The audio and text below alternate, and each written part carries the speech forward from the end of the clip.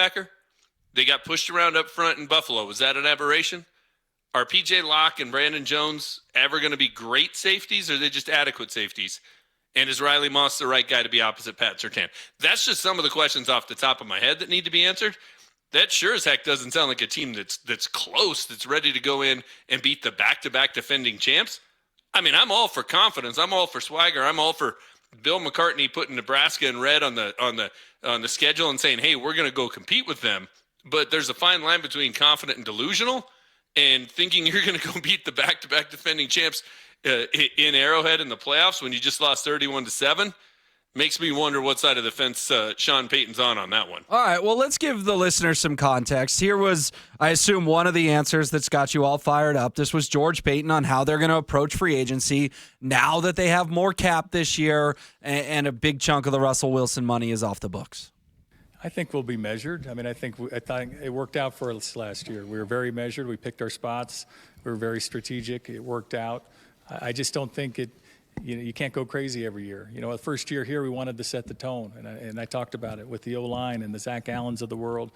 We were measured, still got some really good players, and Brandon Jones. I talked about Malcolm Roach, made a few trades that we really like. So we'll see. I mean, we could be really aggressive, but I think we'll have a more measured approach and still upgrade our team. I mean, I think he used the word measured 7 times in a 33-second answer. So tell us what you really think, George. I guess that quote is going to make your column tomorrow. You didn't like the GM of the team talking about how, 2 years ago they did go kind of nuts. Remember, in the Walton Penner Family Ownerships Group first full offseason, they spent the most money in free agency in the entire NFL. Last year, more measured, to quote George, well, they had to be because they took a $53 million dead cap hit with Russell Wilson. That goes down to low 30s this year. But I'm assuming you don't like, quote unquote, the head decision maker, even though we know he's not the head decision maker, saying into a hot microphone 7 times that they're going to make small upgrades this offseason. No, and I think the argument could be made that, well, he's trying to just manage expectations. You never know how free agency's going to go, and he doesn't want everybody all upset if they don't go make the biggest splashes and they don't spend like they did the first year, blah, blah, blah. I get it.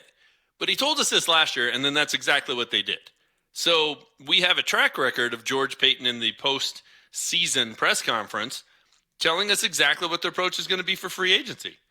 And I think they need to make splashier moves than that. And we've got an entire offseason to get into what those moves are. And I heard you guys talking about running backs and some of the guys are going to be out there. And I'm with you. None of them excited me. No. I would much rather spend big on a wide receiver or a tight end than a running back. Yeah, I think wide receiver would be one. You can come in as a rookie and have success, but there's some nuance to it. We saw a lot of rookie struggles this year, right? For every Troy Franklin highlight and Devon Vele highlight, there was a low light to match him or a disappearing act to match him. I think Brock Bowers maybe changes the idea of how quickly a tight end can come in and contribute, but boy, that gets you excited of, hey, go find a guy in the draft. And a running back, you can certainly find a running back in the draft, plug them in, and away they go. Yep, right? Definitely. Terrell Davis in 1995 to, I'm sure there's all sorts of examples we could come up with if we spent a minute thinking about it here of running backs who've done it in the last 4 or 5 years. Kyron Williams, my favorite example with the LA Rams. There you go. Yep. All right, so just plug and play. Running back is a simpler position to do. Look at the success Javonte had as a rookie. And we saw it here. So running back, address that in the draft. Go with youth. Veteran running backs, you got a lot of, tread off the tire. But I think receiver is something you need to address in free agency. I think tight end, maybe. And then I still think you got to upgrade that defense, Will. That defense got exposed at the end of the year. It continued in Buffalo. In 3 of their last 5 games, they gave up 552 yards, 499, and 471. That's not the way you want to trend when early in the year it was a bunch of games in the 200s or the low 300s. So I think they got exposed a little bit. I think they did a really good job of the sum being greater than the parts and guys, overachieving and, all the rest of the cliches. But at some point that catches up to you. And I think it caught up to them about Thanksgiving this year. They need to upgrade the defense. They do. And I think a good way to do that is in free agency. And it concerns me that they think, well, look what Nick Bonito did. Look at the jump Nick Bonito made. So we think we've got 3 or 4 guys that are going to make that leap. All right, we'll come up with 3 or 4 guys that have made that leap in the last 8 years for the Broncos. The list is 1. It's Nick Bonito. Right. That's it. So I think you can talk yourself into, and maybe I'm skewed because I think the Nuggets have done this. I think the Avs had done this back in the day with guys like Matt Duchene, et cetera. And the Rockies certainly do it where they fall in love with their own talent and they think their roster is better than anybody else in the league. I think the Broncos have a lot of great parts. I do. I think they, and like I said, they got great parts or very promising parts at key positions, but the work isn't done. And I think they need to look at it, and I think they need to be overly critical of themselves, overly critical of their roster, and really figure out, hey, what was missing in Buffalo? What was missing when we went 1-8 against teams with winning records? Yeah, going 8-0 against bad teams is great, but what was missing in the other games? That's what they got to figure out. While we're on this topic, here was Greg Penner, again, the man in charge. We hear from him about once a year these days. Him on his level of participation and how the team approaches the salary cap, and he talked about some of your concerns, or at least what have become your concerns with maybe a conservative approach this offseason as well. Yeah, we talk, the three of us, frequently about this and what our approach will be. And I mean, you saw us after our first season. We really felt like we had to do some things immediately in free agency to shore up both our offensive line and defensive line. Last year we were more constrained. It was a measured approach, and that served us well.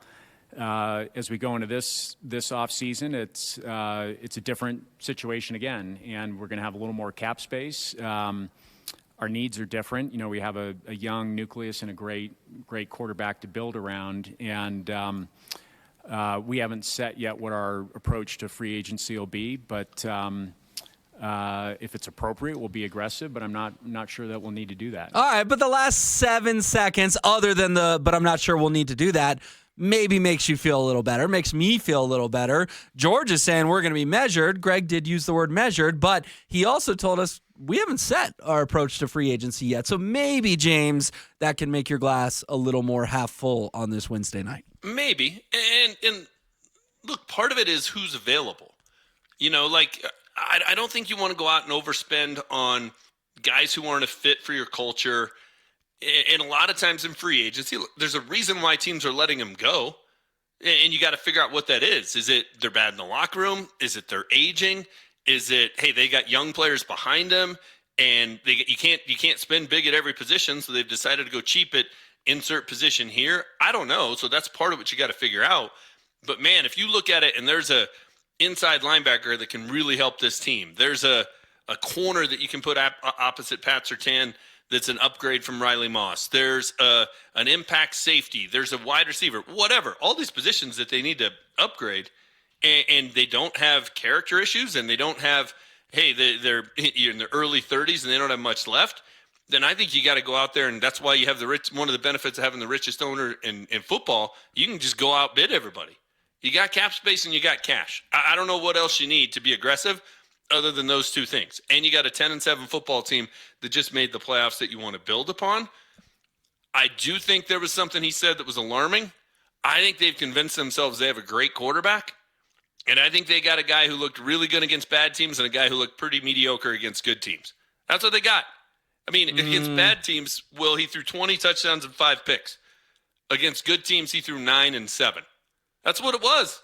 Yeah, but he also led a game-winning drive against the back-to-back Super Bowl champions in Arrowhead Stadium. No, he didn't. They lost. You can't lead a game-winning drive when you lose. You can't. He threw 3 touchdowns in the second half in Cincinnati, went toe-to-toe with Joe Burrow. And lost.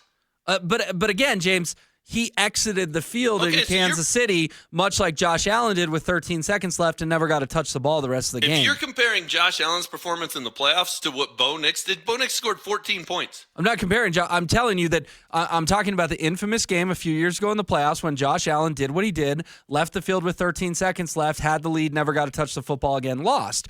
Bo Nix left the football field with 2 seconds left, chip shot, field goal, lost. That loss isn't on Bo Nix. It's not on Josh Allen. That's all I'm telling you. He did go into Arrowhead and do all he could do to beat the Chiefs. He's not Alex Forsyth. No, he didn't. He had 10 yards of offense in the second half prior to that final drive, and they had a 14-10 lead that entire time. 10 yards of offense. If Russell Wilson puts up 10 yards of offense and in a quarter and a half with the lead at Arrowhead, everybody's killing him for it. But this guy does it, leads a 43-yard drive. They miss the field goal, lose 16-14. And you and guys from other outlets in this town that were down on the field and everybody else is anointing him as the next great quarterback. James, he threw the 6th most touchdown pass in the NFL this year. And that's 20 not just of them came against bad football teams or a team that didn't want to play. Right, but that's just not a rookie stat. That's a entire league stat. He was 6th. He took the 3rd fewest sacks behind only Josh Allen and Lamar Jackson, the 2 MVP candidates. Well, and they ain't going to be playing Carolina next year. They ain't going to be playing Atlanta, and they ain't going to be playing the JV team with guys that were selling cell phones the week before for the Chiefs. So all I'm saying is I'm taking a look at it of like, realistically, what did he do and who did he do it against?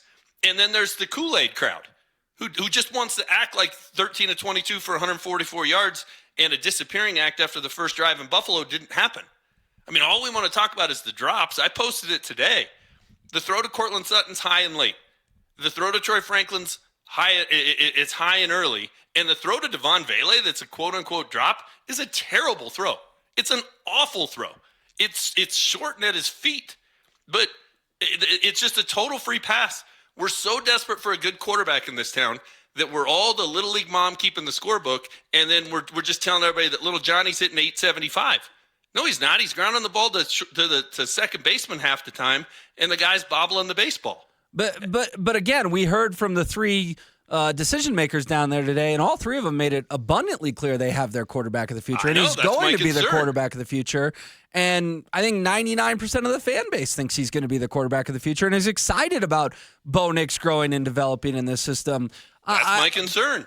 Okay, but like you're on a total island here. I just have to call it like I see it, James. That you're one of the only people, if the only person I know in this town who is not excited about Bo Nix moving forward and is not convinced he's the guy. I'm just telling you my true thoughts here. Well, those 2 statements aren't both true. I am excited about Bo Nix moving forward.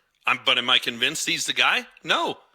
Because I can look at the 8 losses and see, if you count the playoff game, the 8 losses, and see 10 touchdowns and 7 picks.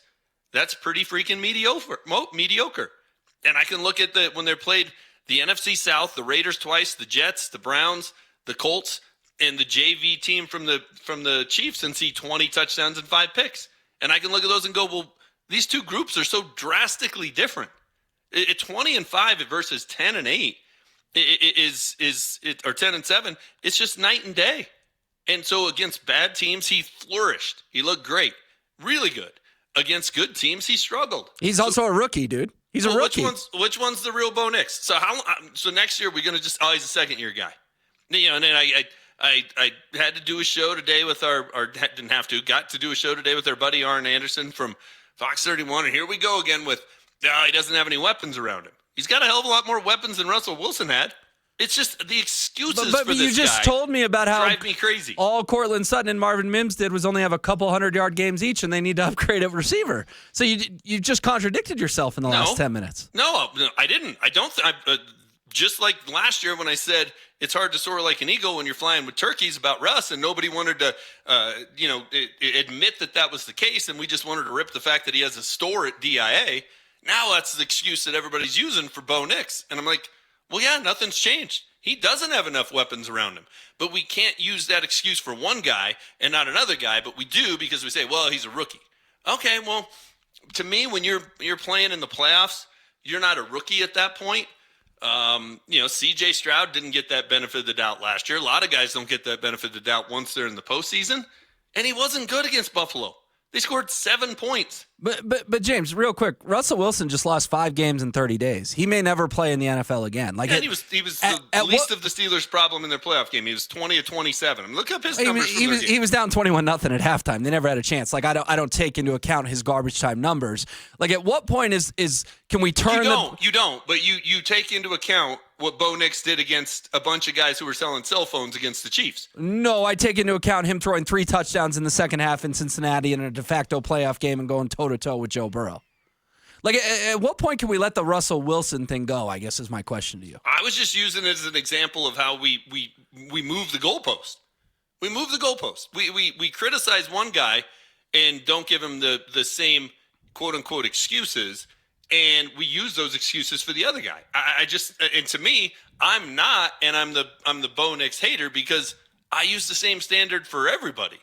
And I'm going to look at it and say, hey, against really bad teams, you played really good. And against good teams, you didn't play very good. All right. That's not unfair. Well, it's completely accurate. Let's hear from Sean Payton today. By the way, the Bengals, what did if you want to use the Russell Wilson thing, what did Russ do when he went into Cincinnati? Threw for 400 plus yards and put up 44 points. That's one of the worst defenses in the league, and they still lost. Here was Sean Payton today, kind of, I guess, sort of saying what I'm trying to say, that they think they have found the guy in Bo Nix. I know this, he's very conscientious. He comes in, he spends a lot of time here. He was here in my office for half an hour yesterday. Yeah, I think it's all in front of him. And I've said this before. I think we found, that player that can lead us and be what we need relative to having the success we're used to having. I think we found it. I mean, so they found the guy in Sean Payton's eyes. You think he's making that assumption prematurely, I guess. He led it off with what every offensive head coach who loves their system leads off with. He's a great Wednesday whiteboard wizard. In this instance, it just happened to be Tuesday, right? He was in there 30 minutes in his office. All right, well, what did he do for 3 hours in Buffalo? That's what I care about. And it wasn't good. It wasn't good, and nobody said it all week. Everybody just wants to criticize the receivers who dropped poorly thrown footballs and give a total free pass to the guy who put up 7 points in a playoff game. That's just not good enough. It's just not. So am I excited about a lot of the things I saw this year? Absolutely. The 2 long touchdowns to Marvin Mims, things of beauty and things I didn't think Bo Nix could do when they drafted him. His ability to run around and move the chains and make plays with his feet, didn't think he could do that. I think that's very encouraging. So there are a lot of things on the plus side, but there are some things on the minus side too. And the curve that everybody grades him on is look, I get it with fans, but the people in the building, they need to be more critical of their own roster. And it starts with the most important position in football. And they're just drinking the Kool-Aid too. I mean, they just got a big spoon. They're stirring it in the pitcher, and everybody's just taking, red Solo cups full of it. It is everybody's all in, no matter what they see in front of them. Yeah, well, they're not going to address quarterback this offseason. That was made clear today. Yes, they should. And Bo Nix played with a broken back this year as well. I think we have to provide important context there. That you mentioned that throw to Marvin Mims. He did that with 3, I think, stress fractures. I don't want to get the medical term wrong, but some sort of 3 fractures in his back against the Cleveland Browns on Monday Night Football. So toughness, certainly a box he checked this year as well. I would agree with that. I don't question his toughness. But again, we're providing outs. We're providing excuses. So, how is me saying that he played with a broken back providing excuses? That's just a fact, right? Well, he was able to play through it, so that certainly wasn't a factor by the time they lost 3 of their last 4 games, and their only win was against a team that didn't try.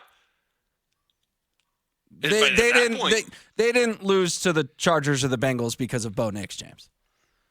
Okay. I mean, you think you just harped on how bad the defense was after Thanksgiving. I don't think anyone thinks Buffalo, the offense was a problem. I will give you that. But the Chargers and the Bengals, they did not clinch a playoff berth because Bo Nix laid an egg in those games, at least in my eyes. Okay. They had the ball. The defense got him the ball at midfield with 5 minutes to go in the game in Cincinnati, 17-17, and he threw a pick.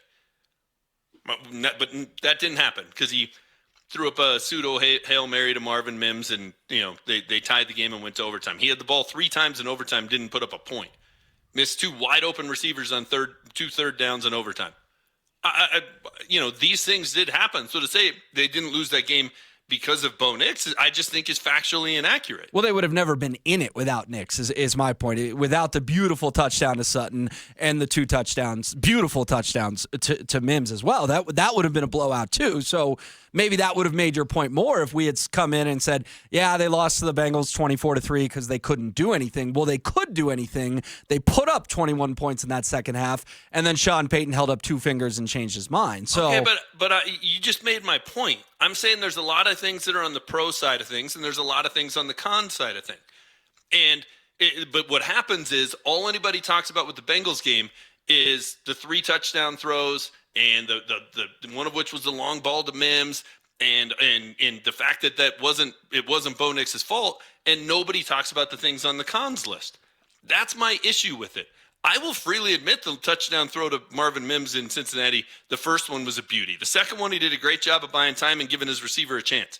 The one to Cortland Sutton was a really nice play. Like, I'll freely admit that, but everybody just ignores, just acts like it didn't happen. What happened 17-17 with 5 minutes to go in the game, and what happened in overtime.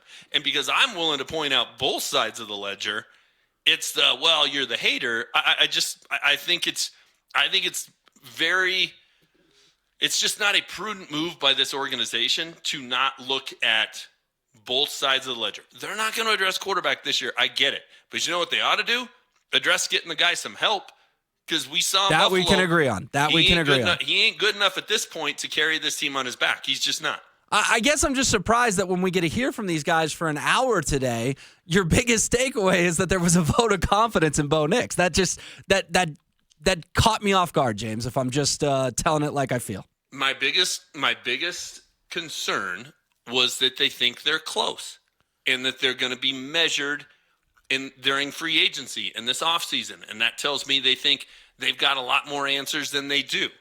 And I think one of the answers they're sure they have, and look, man, I'll probably say it's 80%. It's probably 80% that they have their guy, but that ain't 100. They're 100% in Washington. They're still playing.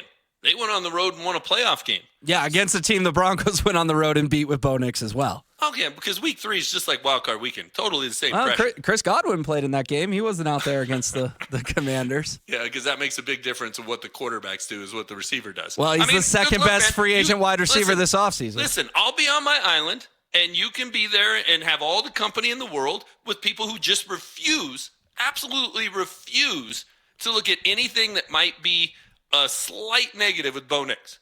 They don't exist. There's not a single bad play the guy made this year. Every interception was someone else's fault. Every incompletion was a drop. And the fact that he won 10 games is just a minor miracle. That's what everybody wants to hear, including the people down at Dove Valley. And I'm just not going to say it because I don't think it's true. And I'm not just going to regurgitate it because Greg Penner, Sean Payton, George Payton get up there and tell us it's a fact. They get up there and tell me the sky is green. I'm not going to just say it is. Not if I've seen it with my own eyes that it's blue every single day unless it's cloudy. All right, don't forget Denver Sports is on YouTube. You can check us out there. Cecil Lammy, Andrew Mason, James Marilad, Jake Shapiro, myself, Richie Carney, Joey Freeberg. We got the whole crew. Please go subscribe to Denver Sports on YouTube.